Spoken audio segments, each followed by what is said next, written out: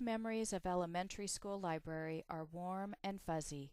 I volunteered in the library, sorting and shelving books, while the librarian played opera, usually Carmen, on a record player. But for me, reading began many years before school. I taught myself how to read by listening to a hear and read record of Little Red Riding Hood over and over and over again. At first, I merely memorized the story and learned to recite it in perfect synchronization with the record. When I proudly showed off my new reading skills, my parents chuckled. I figured out that I had not mastered reading yet. I continued listening, scanning, and reciting the story until one day the words came into focus. Finally, I had cracked the code. Hallelujah! Hallelujah!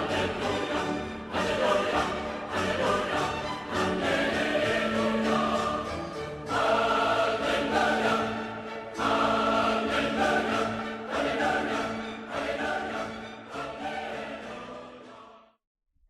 To reward my accomplishment, my folks bought me a new recorded story based on a newly released Disney movie, The Aristocats. I quickly mastered that book too.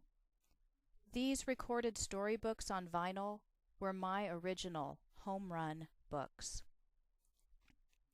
I entered kindergarten as an accomplished reader without ever having stepped foot into a library. In fact, I did not yet know that these institutions existed. Contrast this with my children's experience. By the time they entered kindergarten, they had attended numerous storytime programs at the public library, preschool, and even the shopping mall. They consider the library to be a wonderful place, filled with magicians, puppets, and a summer reading program that gives books away.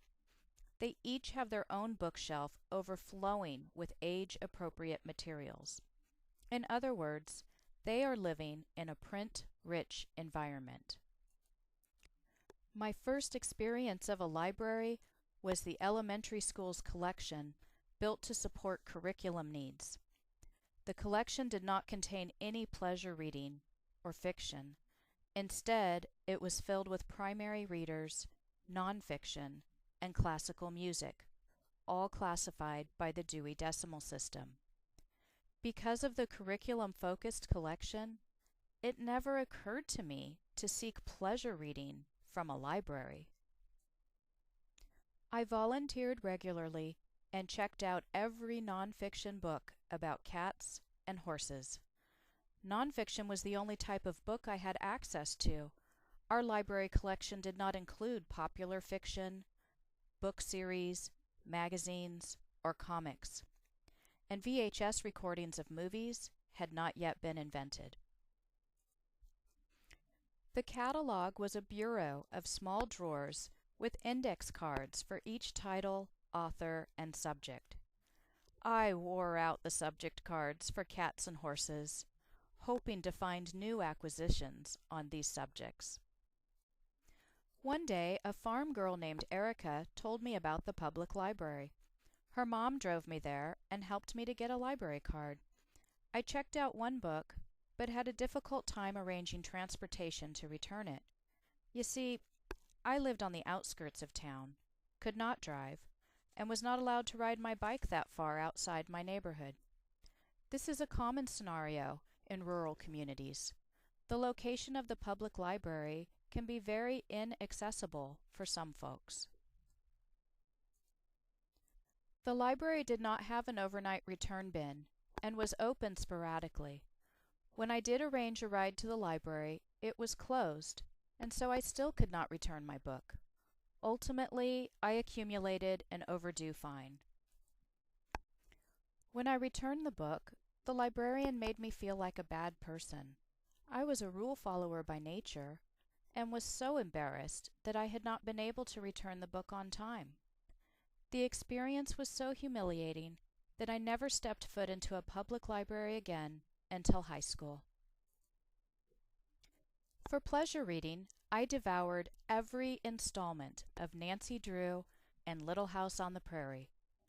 Later in life, I was pleased to discover that my childhood passion for Nancy Drew is shared by Supreme Court Justices Sonia Sotomayor, Sandra Day O'Connor, and Ruth Bader Ginsburg. You may be wondering how I was able to access these books. Remember, my school library did not carry series fiction, and the public library, well, it was inaccessible for me. I worked for neighbors and local business owners, doing odd jobs to earn cash for books. I still remember washing cars, watering plants, and pulling weeds. I bought books from the local B.Dalton bookseller in the local shopping mall. Thank goodness for that store. Without it, my childhood would not have been the same. Contrast that with my children, who have never had to earn cash for books. I regularly purchase items that they choose from the Scholastic book order form. They frequent both public and school libraries for pleasure reading and school assignments.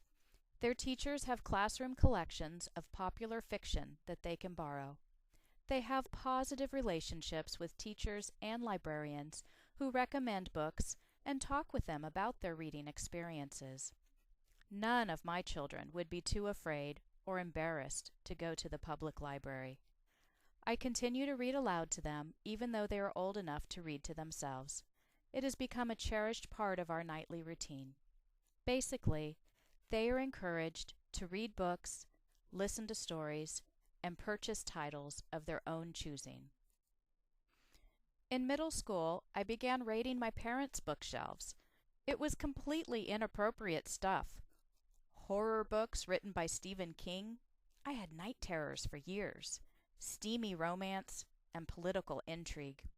Sadly, it was the only advanced reading material I had access to. I read these books because they were available, and I was an avid reader. I had no access to young adult literature. In fact, I didn't know about young adult literature until I was a not-so-young adult. I have a son in middle school. He reads YA literature that is both assigned and free choice. His 7th grade class read The Outsiders, and he has just completed Suzanne Collins' Hunger Games trilogy. My 8th grade literature teacher introduced me to a library service that was life-changing for me. She took us to the school library and taught us how to use periodical indexes. We were assigned to research a future career and required to cite articles about that chosen career. She administered a career aptitude test to get us started. The test results strongly suggested that I, a girl, become a priest. At the time, I did not believe that was possible, so I researched the other option, computer mainframe programmer. This was also not a career open to women at the time, but since I excelled in math and science, it seemed possible. This was the first time I discovered that the library could be used for research into practical matters, like careers and colleges. It was during this research project that I learned about universities and set my sights to attend one.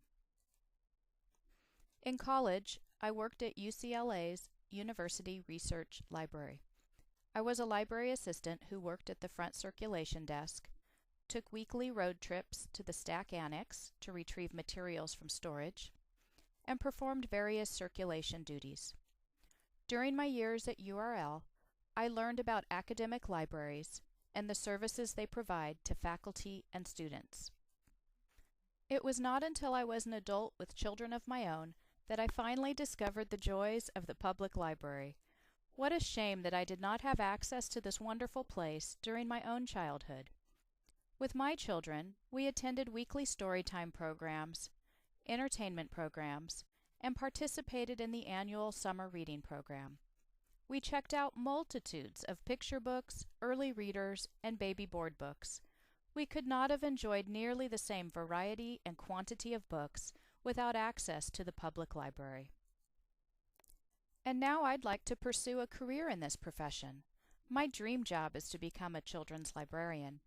Because of my background, it is important to me to reach out to those living on the outskirts of town.